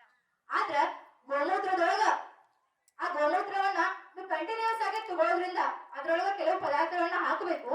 ಹಾಕಿದ್ಮೇಲೆ ಆ ಔಷಧಿಯನ್ನು ತಗೊಂಡ್ರ ಕ್ಯಾನ್ಸರ್ ಕೂಡ ನಿವಾರಣೆ ಆಗ್ತದೆ. ಇದು ಸೈಂಟಿಫಿಕ್ಲಿ ಪ್ರೂವ್ ಕೂಡ ಆಗಿದೆ. ಹಾಗಾಗಿ ಆ ಗೋಮಾತೆಯೊಳಗ ನಾವು 33 ಕೋಟಿ ದೇವಾನು ದೇವತೆಗಳನ್ನ ಕಾಣ್ತೀವಿ. ಹಾಗೆ ಬೆಳಗ್ಗೆ ಪಾದೋದಕ ವಿಷಯ ಬಂತು. ಗುರುಗಳನ್ನ ನಾವು ಪಾದಕ್ಕೆ ಪೂಜೆ ಮಾಡ್ತೇವ್ರಿ, ಕೈಗೆ ಮಾಡ್ಬೋದಿತ್ತು, ಹಣೆಗೆ ಪೂಜೆ ಮಾಡ್ಬೋದಿತ್ತು. ನಾವು ಗುರುಗಳ ಪಾದಕ್ಕೆ ಪೂಜೆ ಮಾಡ್ತೀವಿ. ನಮಸ್ಕಾರ ಮಾಡುವಾಗ ನಾವೆಲ್ಲರೂ ಗುರುಗಳ ಪಾದದ ಅಂಗುಷ್ಟಿಗೆ ನಮಸ್ಕಾರ ಮಾಡ್ತೀವಿ. ಯಾಕೆಂದ್ರೆ ಓರ್ವ ಗುರುವಿನ ಪಾದದ ಅಂಗುಷ್ಟಿಯೊಳಗ 33 ಕೋಟಿ ದೇವಾನು ದೇವತೆಗಳು ಇರ್ತಾರಂತ. ಹಾಗಾಗಿ ಗುರುವಿನ ಪಾದ ಪೂಜೆಯನ್ನ ಮಾಡ್ತಾರ, ಪಾದೋದಕವನ್ನ ತಗೊಳ್ತಾರ. ಹಾಗೆ ಪಾದೋದಕವನ್ನ ಯಾಕೆ ತಗೊಳ್ಬೇಕು? ನಾವೆಲ್ಲ ಸಂಸಾರಿಕ ಜಂಜಾಟದೊಳಗ ಅರಿಷಡ್ ವರ್ಗಗಳನ್ನ ನಾವು ಬಿಡ್ಲಿಕ್ಕೆ ಆಗೋದಿಲ್ಲ. ಕಾಮ, ಕ್ರೋಧ, ಲೋಭ, ಮೋಹ, ಮದ, ಮತ್ಸರ ಇವೆಲ್ಲವನ್ನ ಬಿಡ್ಲಿಕ್ಕೆ ನಮ್ಮಿಂದ ಆಗೋದಿಲ್ಲ. ಆದ್ರ ಗುರುಗಳಾದವರು ಅದೆಲ್ಲವನ್ನ ಬಿಟ್ಟಿರ್ತಾರ. ಹಾಗಾಗಿ ಅವರ ಪಾದೋದಕವನ್ನ ತಗೊಳ್ಳೋದ್ರಿಂದ ಪಾ ಅಂದ್ರ ಪಾಪ ಹೋಗ್ತದ, ದೋ ಅಂದ್ರ ದೋಷ ಹೋಗ್ತದ, ದ ಅಂದ್ರ ದರಿದ್ರ ಹೋಗ್ತದ, ಕ ಅಂದ್ರ ಕರ್ಮ ಹೋಗ್ತದ. ಹಾಗಾಗಿ ಗುರುಗಳ ಪಾದೋದಕವನ್ನ ತಗೊಳ್ಬೇಕು ಅಂತ ಹೇಳ್ತಾರ. ಇನ್ನು ನಾವೆಲ್ಲ ಎಷ್ಟೋ ಮನೆಯೊಳಗ ನಾವೆಲ್ಲರೂ ಕೂಡ ದೇವರಿಗೆ ನೈವೇದ್ಯ ಮಾಡಿ ಪ್ರಸಾದವನ್ನ ತಗೊಳ್ಬೇಕು ಅಂತೇಳಿ ಒಂದು ನಿಯಮ ಇರ್ತದ. ಎಷ್ಟೋ ಮನೆಯೊಳಗ ನೈವೇದ್ಯವನ್ನ ಮಾಡಿ ನಾವು ಪ್ರಸಾದವನ್ನ ತಗೊಳ್ತೀವಿ. ಹಾಗಾದ್ರೆ ಕೆಲವು ಮೂಢನಂಬಿಕೆ ಇದು, ದೇವರೇನು ಊಟ ಮಾಡ್ತಾನ, ನೈವೇದ್ಯ ಮಾಡ್ತೀವಿ, ನಾವು ವಾಪಸ್ ಬಂದು ಊಟ ಮಾಡ್ತೀವಿ. ಆದ್ರೆ ನಮ್ಮ ಪೂರ್ವಿಕರು ಇದರಿಂದ ಇಟ್ಟಿರುವಂತ ವೈಜ್ಞಾನಿಕ ಕಾರಣವೇ ಬೇರೆ. ನಾವು ನೈವೇದ್ಯ ಹಿಡಬೇಕು ಅಂತ ಏನ್ ಮಾಡ್ತೀವಿ? ದೊಡ್ಡವ್ರು ಹೋಗೋದಿಲ್ಲ, ಸಣ್ಣ ಮಕ್ಕಳನ್ನ ಕಳಿಸ್ತೇವಿ. ದೇವ್ರ ಮನೆಗೆ ಹೋಗ್ಬೇಕು ಅಂದ್ರೆ ಏನ್ ಮಾಡ್ತೀವಿ? ಸುಮ್ಮನೆ ಹೋಗಿ ಬರೋದಿಲ್ಲ, ಕೈಕಾಲು ತಕ್ಕೋಬೇಕು, ಶುಚಿಯಾಗಿ ಹೋಗ್ಬೇಕು. ಇನ್ನು ದೇವ್ರು ನೈವೇದ್ಯ ಮಾಡ್ಬೇಕು ಅಂತಂದ್ರ ಬಹಳ ಶುಚಿಯಾಗಿ ಕೆಲಸವನ್ನ ಮಾಡ್ತಾರ, ಅಡುಗೆಯನ್ನ ಮಾಡ್ತಾರ. ಹಾಗಾಗಿ ನೈವೇದ್ಯ ಹಿಡಬೇಕು ಅನ್ನುವಂತ ಒಂದು ಕಾರಣದೊಳಗ ಅವ್ರು ಶುಚಿತ್ವವನ್ನ ಕೂಡ ಪಾಲನೆ ಮಾಡ್ತಾರ. ಕೈಕಾಲು ತಕೊಳ್ತಾರ, ಸರಿಯಾಗಿ ಕೈ ತಕೊಂಡು ಮಡಿಯಾಗಿ ದೇವರ ಕೋಲಿಗೆ ಹೋಗಿ ನೈವೇದ್ಯವನ್ನ ಹಿಡಿದು ವಾಪಸ್ ಮನೆಗೆ ಬರ್ತಾರ. ಹಾಗಾಗಿ ಮಕ್ಕಳಲ್ಲಿ ಒಂದು ಸಂಸ್ಕಾರ ಬೆಳೆಯಲಿ ಅನ್ನೋದಕ್ಕೋಸ್ಕರ ನೈವೇದ್ಯ ಹಿಡಿಬೇಕು, ಆಮೇಲೆ ಮಾತ್ರ ಊಟ ಮಾಡ್ಬೇಕು ಅನ್ನುವಂತ ಒಂದು ಪದ್ಧತಿಯನ್ನ ನಮ್ಮ ಹಿರಿಯರು ಇವತ್ತಿಗೂ ಮಾಡ್ಕೊಂಡು ಬಂದಿರೋದು. ಈಗೆಲ್ಲ ಮನೆಗೆ ದೊಡ್ಡ ದೊಡ್ಡ ಬಾಗಿಲುಗಳಿರ್ತಾವ, ಆದ್ರ ಅವಾಗೆಲ್ಲ ಸಣ್ಣ ಬಾಗಿಲಿದ್ದು ಬಹಳ ಗಿಟ್ಟಿದ್ದು. ಹೋಗ್ಬೇಕು ಅಂದ್ರೆ ಏನ್ ಮಾಡ್ಬೇಕಿತ್ತು? ತಲೆ ಬಗ್ಗಿಸ ಹೋಗ್ಬೇಕಿತ್ತು. ಯಾಕೆ ಹೇಳ್ರಿ? ವಯಸ್ಸಾದಂತ ಅಜ್ಜ ಅಜ್ಜಿರು ಪಡಸಾಲೆಗಳು ಕುಂದಿರ್ತಾ ಇದ್ರು. ಅವರಿಗೆ ಗೌರವ ಕೊಡ್ಬೇಕು ಅನ್ನುವಂತ ಒಂದು ಕಾರಣದಿಂದ ಆ ಬಾಗಿಲೊಳಗೆ ಗಿಡ ಮಾಡ್ತಾ ಇದ್ರು. ಪ್ರತಿಯೊಬ್ರು ಹೋಗ್ಬೇಕು ಅಂದ್ರೆ ತಲೆ ತಗ್ಗಿಸ ಹೋಗ್ಬೇಕಾಗಿತ್ತು. ಇವತ್ ನಾವು ಅದೆಲ್ಲ ಮರೆತು ಯಾರೇನು ಹೇಳಿದ್ರು ಕೂಡ ಅದು ಮೂಢನಂಬಿಕೆ, ಅದನ್ನ ಏನು ಕೂಡ ಆಗೋದಿಲ್ಲ, ನಾವ್ ಯಾಕೆ ಪಾಲನೆ ಮಾಡ್ಬೇಕು ಅಂತ ಹೇಳಿ ಇಷ್ಟು ಮುಂದೆ ಹೋಗಾತೀವಲ್ಲ, ಮುಂದೊಂದ್ ದಿನ ಇಂಥ ಕಾಲ ಬರುತ್ತ ಅಂದ್ರ ಪಾಶ್ಚಾತ್ಯರಿಗೆ ನಮಗಿಂತ ಅವ್ರಿಗೆ ಬಹಳ ರೋಗಗಳು ಬರ್ತಾವ. ಯಾಕಂದ್ರೆ ಅವರು ನಮ್ಮ ಹಾಗೆ ಪದ್ಧತಿಗಳನ್ನ ಕಡಿವಾಣಗಳನ್ನ ಹಾಕೋದಿಲ್ಲ, ಹೆಂಗ ಮನಸ್ಸು ಬರುತ್ತಾ ಹಂಗಿರ್ತಾರ. ಇವತ್ ನಾವೇನ್ ಮಾಡತ್ತೀವಿ? ಜಳಕ ಮಾಡೋದು, ಊಟ ಮಾಡೋದು, ಇಲ್ಲೆಲ್ಲ ಡೇಟ್ ಬಂದ ಹಂಗ ವಾಪಸ್ ಬರೋದು, ಮನೆಯೊಳಗ ಚಪ್ಪಲಿಗಳನ್ನ ಹಾಕೊಂಡ್ ಬರೋದು, ಈ ರೀತಿ ಪಾಶ್ಚಾತ್ಯಕರಣವನ್ನ ನಾವು ಪಾಲನೆ ಮಾಡಕತ್ತೀವಿ. ಆದ್ರ ನಮ್ ಹಿರಿಯರು ಹೇಳ್ತಾರ, ಎಲ್ಲೇ ಹೋಗಿ ಬಂದ್ರು ಕೈಕಾಲು ತಕೊಂಡ್ ಒಳಗ್ ಬರ್ರಿ ಅಂತ ಹೇಳ್ತಾರ. ಕೊರೋನಾ ಟೈಮ್ ಒಳಗೂ ಅದು ಬಹಳ ಉಪಯೋಗ ಆಯ್ತು. ಈಗ ಮನೆಯೊಳಗೆ ಯಾರು ಚಪ್ಪಲಿಗಳನ್ನ ಹಾಕೊಂಡ್ ಬರ್ತಾರಲ್ಲ, ಬರ್ದಿಟ್ಕೊಳ್ರಿ, ಅಂತಂದ್ರಿ ಆ ಮನೆಯೊಳಗ ದರಿದ್ರ ಲಕ್ಷ್ಮಿ ಪಕ್ಕಾ ತಾಂಡವ ಆಡ್ತಾಳ. ಹಾಗಾಗಿ ಮನೆಯೊಳಗ ಯಾರು ಕೂಡ ಚಪ್ಪಲಿಯನ್ನ ಧರಿಸಬಾರ್ದು. ಮನೆಯೊಳಗ ದೇವರು ಇರ್ತಾರ, ಹಿರಿಯರು ಇರ್ತಾರ, ಪುಸ್ತಕಗಳಿರ್ತಾವ, ಅಡುಗೆ ಮನೆ ಇರ್ತದ. ಹಾಗಾಗಿ ಮನೆಯೊಳಗ ಯಾರು ಕೂಡ ಚಪ್ಪಲಿಯನ್ನ ಹಾಕ್ಬಾರ್ದು ಅಂತ ಹೇಳ್ತಾರ. ಇನ್ನು ಹೀಗೆ ಬಹಳ ನಮ್ಮ ಹಿರಿಯರು ಏನೇ ಒಂದ್ ಮಾಡಿದ್ರು ಕೂಡ ಅದಕ್ಕೊಂದು ಕಾರಣವನ್ನ ಇಡ್ತಾ ಇದ್ರು, ಒಳ್ಳೆ ಕೆಲಸವನ್ನ ಮಾಡ್ತಾ ಇದ್ರು. ಇವತ್ ನಾವೆಲ್ಲ ಮುಂದುವರೆದ ಒಂದು ವಿಜ್ಞಾನದೊಳಗ ಏನಪ್ಪಾ ಒಳ್ಳೆವರೆ ಮೂಢನಂಬಿಕೆ ಹೇಳ್ತಾರ, ಅದನ್ನ ಪಾಲನೆ ಮಾಡ್ರಿ ಅಂತ ಹೇಳ್ತಾರ. ನಾವ್ಯಾಕೆ ಪಾಲನೆ ಮಾಡ್ಬೇಕು? ನಾವ್ ಹಿರಿಯರಿಗೆಲ್ಲ ಅವರು ನೀವ್ ಹಿಂಗ ಮಾಡ್ರಿ ಅಂತ ಹೇಳ್ತಾ ಇದ್ರು. ಇವತ್ತಿಗೂ ನಾವು ಇದಕ್ಕೆ ಒಂದು ಭಿನ್ನತೆ ಏನು ಅಂತಂದ್ರ, ಹಿರಿಯರಿಗೆ ಅಮ್ಮ ಇದನ್ನ ಹೆಂಗ ಯಾಕೆ ಮಾಡ್ಬೇಕು ಅಂತ ಕೇಳಿದ್ರೆ ಅವರಲ್ಲಿ ಉತ್ತರ ಇಲ್ಲ. ಯಾಕಂದ್ರ ನಮ್ಮ ಹಿರಿಯರೆಲ್ಲ ಇದನ್ನ ಹಿಂಗ ಮಾಡ್ಬೇಕಂತ ಹೇಳಿದ್ರು, ಅದಕ್ಕೆ ನಾವು ಮಾಡಕತ್ತೀವಿ. ಅದಕ್ಕೋಸ್ಕರ ಇವತ್ತದು ಮೂಢನಂಬಿಕೆ ಅಂತೇಳಿ ನಾವು ನಂಬಾಕತ್ತೀವಿ. ಹಾಗಾಗಿ ಹಿರಿಯರು ಯಾವುದೇ ಕೆಲಸವನ್ನ ಮಾಡಿದ್ರು ಅದಕ್ಕೆ ಒಂದು ಕಾರಣ ಇಡ್ತಾ ಇದ್ರು. ಆ ಕಾರಣ ತಿಳ್ಕೊಂಡು ಮಕ್ಕಳಿಗೆ ಹೇಳುವಂತ ಕೆಲಸವನ್ನ ಮಾಡ್ಬೇಕು. ಹಾಗಾಗಿ ಮಕ್ಕಳು ಒಂದೊಳ್ಳೆ ಪ್ರಜೆ ಆಗ್ತಾರ, ನಮ್ಮ ಮನೆಗೆ ಊರಿಗೆ ಕೀರ್ತಿನ ತರ್ತಾರ ಅಂತ ಹೇಳ್ಬೇಕಾಗ್ತದ.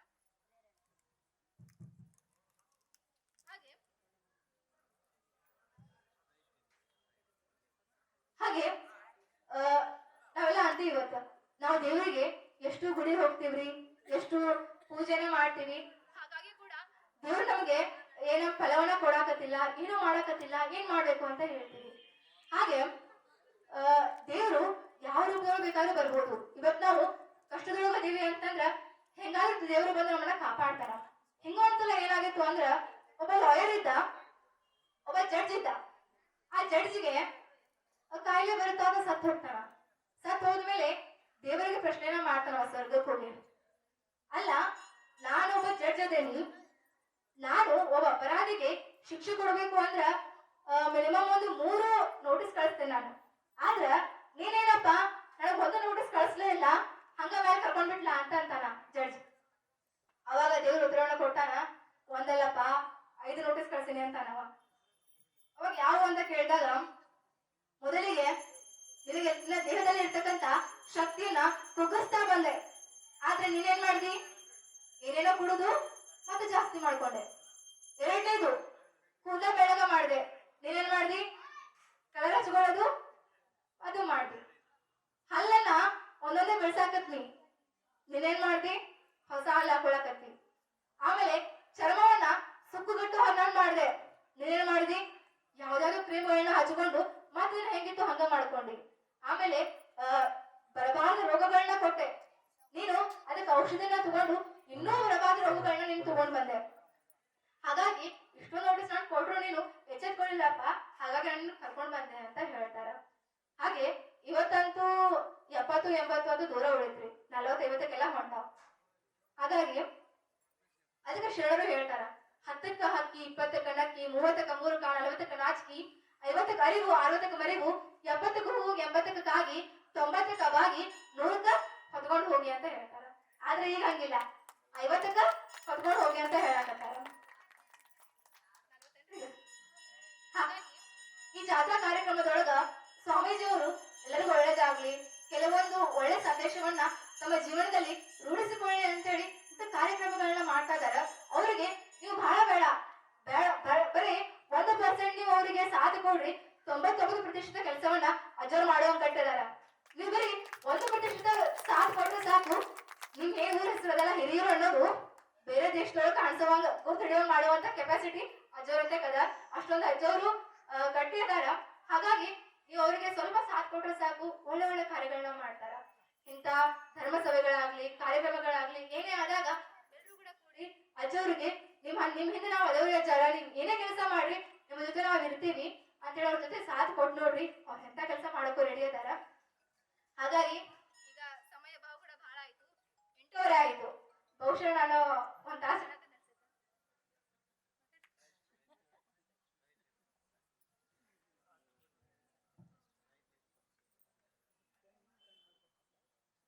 ಹಾಗೆ ಹೊಸ ವರ್ಷಕ್ಕ ಎಷ್ಟು ದಿನ ಬಾಕಿ ಉಳಿದ್ರಿ? ಹೊಸ ವರ್ಷಕ್ಕೆ ಎಷ್ಟು ದಿನ ಬಾಕಿ ಉಳಿತು? ಅವ್ರ ಬರೋಬ್ಬರಿ ಹೇಳಿ ನೋಡ್ರಿ, 93 ದಿನ ಬಾಕಿ ಉಳಿತು ಹೊಸ ವರ್ಷಕ್ಕೆ. 3 ದಿನ ಅಲ್ಲ ರೀ, 3 ತಿಂಗಳು. ಇದೇನ್ ಹೊಸ ವರ್ಷ ಅಂತಾರಲ್ಲ,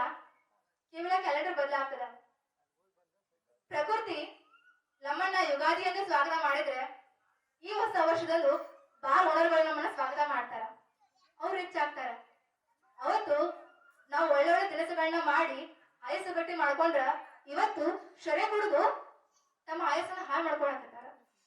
ಗಂಡ್ಮಕ್ಳು ಹೇಳೋದು ದೂರ ಉಳಿತ್ರಿ, ಹೆಣ್ಮಕ್ಳನ್ನ ಕೂಡ ಈಗೆಲ್ಲಾ ಶರೆ ಕುಡ್ಕೊಂಡು ತಮ್ಮ ಏನದಲ್ಲ ಎಲ್ಲ ಹಾಳು ಮಾಡ್ಕೊಂಡ್ ಬಿಡಾಕತ್ತಾರ. ಯಾರಿಗೂ ಹೇಳ್ದಂಗ ಹೇಳಿದ್ರ ಫೆಮಿನಿಸಂ, ನೀವೇನೋ ಹೇಳ್ದಂಗ ನಿಮ್ಗೆ ಹೇಳುವಂತ ರೈಟ್ಸ್ ಇಲ್ಲ, ಈ ರೀತಿ ಮಾತುಗಳು ಬರ್ತಾವ.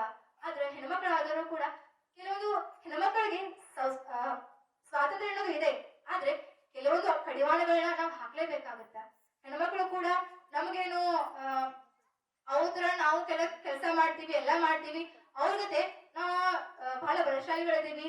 ಅವ್ರು ಕುಡಿದ್ರ ನಾವೇ ಕುಡಿಬಾರ್ದು, ಅವರು ಸಿಗರೇಟ್ ಸೇದಿದ್ರೆ ನಾವೇ ಸಿಗರೇಟ್ ಸೇದಬಾರ್ದು ಅನ್ನುವಂತ ಮನೋಭಾವನ ತಗೊಂಡ್ ಬರ್ತಾ ಇದ್ದೀವಿ.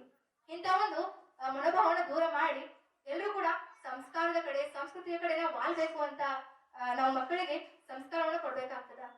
ಇದೇನೈತಲ್ರಿ, ಡಿಸೆಂಬರ್ 31 ರಾತ್ರಿ ಹೋಗಿ ನೋಡ್ರಿ ನೀವು, ಎಲ್ಲಾ ಕಡೆ ಒಂದೊಂದ್ ಕಟಾರಿಗೆ ಒಂದೊಂದ್ ಬಿದ್ದಿರ್ತಾವ. ಹಿಂಗ ಒಂದ್ ಮಠದೊಳಗ ಒಬ್ಬಳ ಹೆಣ್ಮಗಳು ಬಂದಿತ್ತು. ಆಕಿ ಮುಖ ಬಹಳ ಸಪ್ಪಿತ್ತು. ಅಜ್ಜವ್ರು ಕೇಳಿದ್ರು, ಯಾಕಮ್ಮ ಬಾಳ ಮುಖ ಗಂಟಾಗಿದ್ಯಾ, ಏನ ನಿನಗ ಸಂಕಟ ಆಗಕತ್ತದ ಅಂತ ಕೇಳಿದಾಗ ಆಕೆ ಹೇಳ್ತಾಳ, ಅಜ್ಜವ್ರ ಇಂತ ಕಣ್ಣು ಕಟ್ಕೊಂಡ ಮ್ಯಾಲ ಮತ್ ಅಳೋದೆ ಮತ್ತೆ ನಗಬೇಕೇನ್ರಿ ಅಜ್ಜಾರ ಅಂತ ಕೇಳಿದ್ರು. ಯಾಕಮ್ಮ ಅಳತೀಯ, ಏನ್ ಕಷ್ಟ ಬರ್ತದ ಅಂತ ಕೇಳಿದಾಗ, ಅಲ್ರಿ ಅಜ್ಜಾರ, ಮೊದಲು ಬ್ಯಾರೆ ಮನೆ ಗಂಡ ಮಕ್ಳು ಬಂದು ನನ್ನ ಮನೆ ಮುಂದೆ ಜಗಳ ಮಾಡ್ತಿದ್ರು, ಸ್ವಲ್ಪ ದಿನ ಆದ್ಮೇಲೆ ಹೆಣ್ಮಕ್ಳು ಬಂದ್ ಜಗಳ ಮಾಡಾಕತ್ರು, ಈಗ ಹಂದಿಗಳು ಬಂದ್ ಜಗಳ ಮಾಡಾಕತ್ತವ್ರಿ ಅಂತ ಅಂದ್ರು ಹೆಣ್ಮಕ್ಳು. ಏನಮ್ಮ ಹಂದಿಗಳು ಜಗಳ ಮಾಡ್ತಾವ ಅಂತಂದ್ರೆ ಏನ್ ಹೇಳತ್ತೀನಿ ಅಂತ ಕೇಳಿದಾಗ, ಕೇಳ್ರಿ ಅಜ್ಜಾರ, ಮೊದಲು ಕುಡಿತಿದ್ದ ಎಲ್ಲೆಲ್ಲ ಜಗಳ ಮಾಡ್ತಿದ್ದ, ಎಲ್ಲಾ ಜಗಳ ಮಳಿ ತಗೊಂಡ್ ಬರ್ತಿದ್ದ.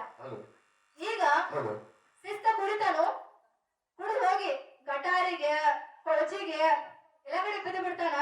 ಅಲ್ಲಿರುವಂತ ಹಂದಿಗಳು ಬಂದ ನಿನ್ನ ಗಂಡನ ಕರ್ಕೊಂಡು ಹೋಗವ, ನಮ್ಮ ಜಗದೊಳಗೆ ಬಂದ್ ಮಲ್ಕೊಳತಾನ ಅಂತ ಕಂಪ್ಲೇಂಟ್ ಮಾಡತಾರ. ಅಜ್ಜಾರ ಏನ್ ಮಾಡ್ಲಿ ಅಂತ ಹೆಣ್ಮಗಳು ಹೇಳಿದ್ರು. ಡಿಸೆಂಬರ್ 31 ಬಂತು. ನಿಮ್ಮೆಲ್ಲ ಪತಿದೇವರನ್ನ, ನಿಮ್ಮ ಮಕ್ಕಳನ್ನ ಎಲ್ಲಿ ಹೋಗ್ತಾರ, ಏನ್ ಮಾಡ್ತಾರ ಅನ್ನೋವಂಥದನ್ನ ನಿಮ್ ಕೈಯಲ್ಲಿ ಇಟ್ಕೊಳ್ರಿ. ಕಂಟ್ರೋಲ್ ಮಾಡುವಂಥದ್ದು ಬಹಳ ಕೆಟ್ಟತನ. ಆದ್ರೆ ಇಂಥ ವಿಷಯದೊಳಗ ಅವರು ಕೆಟ್ಟ ಚಟಗಳ ದಾಸರಾಗೋದನ್ನ ನೀವು ತಪ್ಪಿಸೋದಾದ್ರೆ ಅದು ಒಳ್ಳೆ ಕಾರ್ಯನ ಅಂತ ಹೇಳ್ಬೇಕಾಗ್ತದ. ಹಾಗಾಗಿ ನಿಮ್ಮ ಪತಿದೇವರನ್ನ, ಮಕ್ಕಳನ್ನ ಅಂತ ಕೆಟ್ಟ ದಾಸರಾಗೋದಕ್ಕಿಂತ ಅವ್ರನ್ನ ನಿಮ್ಮ ಹಿಡಿತದಲ್ಲಿ ಇಟ್ಕೊಂಡು ಅಂತ ಕೆಟ್ಟ ಚಟಗಳನ್ನ ಬಿಡಿಸ್ರಿ. ಹಾಗೆ ನಿಮ್ಮಲ್ಲಿ ಯಾರಾದ್ರೂ ಬಹಳ ಶರೆ ಕುಡಿತಾರ, ಮದ್ಯವ್ಯಸನಿ ಅದಾರ ಅಂತ ಅನ್ನೋದಾದ್ರೆ ಅವ್ರಿಗೆ ನಮ್ಮ ಮಠದೊಳಗ ಔಷಧ ಕೂಡ ಕೊಡ್ತಾರ. ಬೆಳಗಾವಿ ಜಿಲ್ಲೆಯೊಳಗ ಪಾರಿಶ್ವಾಡದಲ್ಲಿ ಔಷಧ ಕೊಡ್ತಾರ, ಅಲ್ಲಿ ಬಂದು ನೀವು ಔಷಧ ಕೂಡ ತಗೊಳ್ಬಹುದು. ಅಂತವ್ರು ನಮ್ಮ ದೇಶದೊಳಗಂತೂ ಹುಡುಗರ ಸಂಖ್ಯೆ ಬಹಳ ಆಗ್ಯದ. ಕುಡಿಯೋದು, ಎಲ್ಲರೋಗಿ ಬಿಡೋದು, ಹೆಂಡತಿ ಮಕ್ಕಳನ್ನ ಅಳಿಸೋದು. ಈಗಂತೂ ಕುಡಿಯೋದು ಅಂತಂದ್ರ ಅದೊಂಥರ ನಮ್ಮ ತನವನ್ನ ಹೆಚ್ಚು ಮಾಡ್ಕೊಂಡಂಗ ಆಗೈತಿ. ಆದ್ರ ನಾವೇನು ಕುಡಿತೀವಿ, ಕುಡಿಯೋದ್ರಿಂದ ನಮ್ಮ ದೇಹದ ಅನೇಕ ಕಾಯಿಲೆಗಳು ಬರ್ತಾವ. ಅದರಿಂದ ನಾವು ದೂರ ಇರಬೇಕು. ಅದಕ್ಕೊಂದು ಹಾಡನ್ನ ಹೇಳ್ತಾರ, ಹುಡುಕನ ಬಾಳು ಕಡೆತನ ಗೋಳು, ಹೊಟ್ಟೆ ಉರಿಯ ಕೂಳು ಮನೆತನ ಹಾಳು, ಹೊಲ ಹೋತು ಮಣಿ ಹೋತು, ಮಾನ ಮರ್ಯಾದಂತೂ ಮೊದ್ಲ ಹೋತು. ಹಂಗ ಕುಡಿತದಿಂದ ದಾಸರಾಗ್ತಾ ಇದ್ದ ಮನೆ ಮಾನ ಮರ್ಯಾದೆ ಹೋಗ್ತದ. ಇಂಥ ಕೆಟ್ಟ ದಾಸತನದಿಂದ ನಿಮ್ಮ ಪತಿದೇವರನ್ನ, ಮಕ್ಕಳನ್ನ ದೂರ ಇಡ್ರಿ, ಒಳ್ಳೆ ಸಂಸ್ಕಾರವನ್ನ ಕೊಡ್ರಿ. ನಮ್ಗೆಲ್ಲರೂ ಕೂಡ ಪುಂಡಲಿಕನ ಹೆಸರನ್ನ ನಾವು ಕೇಳಿರ್ತೇವಿ. ಅವಾಗ ನಾವೇನೀಗ ಪಂಡ್ರಾಪುರಕ್ಕೆ ಹೋಗ್ತೀವಿ, ಅಲ್ಲಿ ಹೋದಾಗ ಏನು ಅಲ್ಲಿ ಪಂಡರಿನಾಥನ ದರ್ಶನ ಮಾಡುವಾಗ ವಿಠಲ ಇಟ್ಟಂಗಿ ಮೇಲ ಸೊಂಟದ ಮೇಲೆ ಕೈ ಇಟ್ಕೊಂಡು ನಿಂತಿರ್ತಾನ. ಯಾಕೆ ಅಂದ್ರೆ ಆ ಪುಂಡಲಿಕ ತನ್ನ ತಂದೆ ತಾಯಿ ಸೇವೆ ಮಾಡಿದ್ರು ಭಗ್ನನಾಗಿದ್ದಾಗ ಆ ಸಾಕ್ಷಾತ್ ವಿಠಲ ಬಂದ್ರು ಕೂಡ ಆತ ಹೊಳಿ ನೋಡೋದಿಲ್ಲ. ನನ್ನ ತಂದೆ ತಾಯಿ ಸೇವೆಯನ್ನ ಮಾಡಕತ್ತೀನಿ ನಾನು, ಹಾಗಾಗಿ ನೀನ್ ಅಲ್ಲೇ ನಿಂತ್ಕೊಳ್ಳಪ್ಪ ಅಂತ ಹೇಳ್ತಾರ. ಹಾಗೆ ವಿಠಲ ಇಟ್ಟಂಗಿ ಮೇಲೆ ಅಲ್ಲೇ ನಿಂತ್ಕೊಳ್ತಾನ. ಅದಕ್ಕೆ ಇವತ್ತಿನ ದಿವಸ ನಾವು ವಿಠಲ ನಾಮ ಭಜನೆ ಮಾಡೋದಕ್ಕಿಂತ ಮೊದಲು ಪುಂಡಲಿಕನ ಹೆಸರನ್ನ ತಗೊಂಡೇ ವಿಠಲನ ಹೆಸರನ್ನ ತಗೊಳ್ತೀವಿ. ಹಾಗಾಗಿ ಯಾರಾದ್ರೂ ಚೆನ್ನಾಗಿ ನಿಮ್ಮ ತಂದೆ ತಾಯಿ ಸೇವೆಯನ್ನ ಮಾಡಿದ್ರ ಪುಂಡಲಿಕನ ಹೆಸರು ಹೆಂಗ ಬಂತಲ್ಲ ಹಂಗ ನಮ್ಮ ಹೆಸರು ಯಾರಾದ್ರೂ ಕುಂದ್ರಬಹುದು. ಆದ್ರೆ ಈ ಕಲಿಯುಗದೊಳಗ ಎಲ್ಲ ಸಂಬಂಧಗಳನ್ನ ಮರೆತು ಎಲ್ಲ ಕೆಟ್ಟ ಚಟಗಳ ದಾಸರಾಗಿ ತಂದೆ ತಾಯಿನ ವೃದ್ಧಾಶ್ರಮಕ್ಕೆ ಕಳಿಸಿ ಈ ತರ ಏನೇನೋ ಕೆಲಸ ಮಾಡಕತ್ತೀವಿ. ಇವತ್ತು ನಾವು ಗುರು ಸಾರ್ವಣೇಶ್ವರಲ್ಲಿ ಬೆಳ್ಕೊಳ್ಬೇಕಾದ್ರ 3 ವಿಷಯವನ್ನ ಬೆಳ್ಕೊಳ್ರಿ.